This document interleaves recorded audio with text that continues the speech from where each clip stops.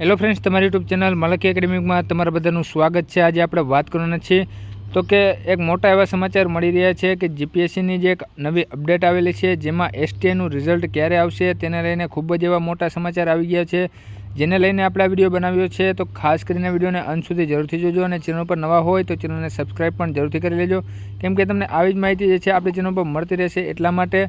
અને આ cut off કેટલું રહેશે એની પણ આપણે નેક્સ્ટ વિડીયોમાં વાત કરશું, જેથી કરીને આપણી ચેનલને સબસ્ક્રાઈબ ન કરી તો સબસ્ક્રાઈબ જરૂરથી કરી લેજો। તો ચાલો આપણે વિડીયોની શરૂઆત કરીએ।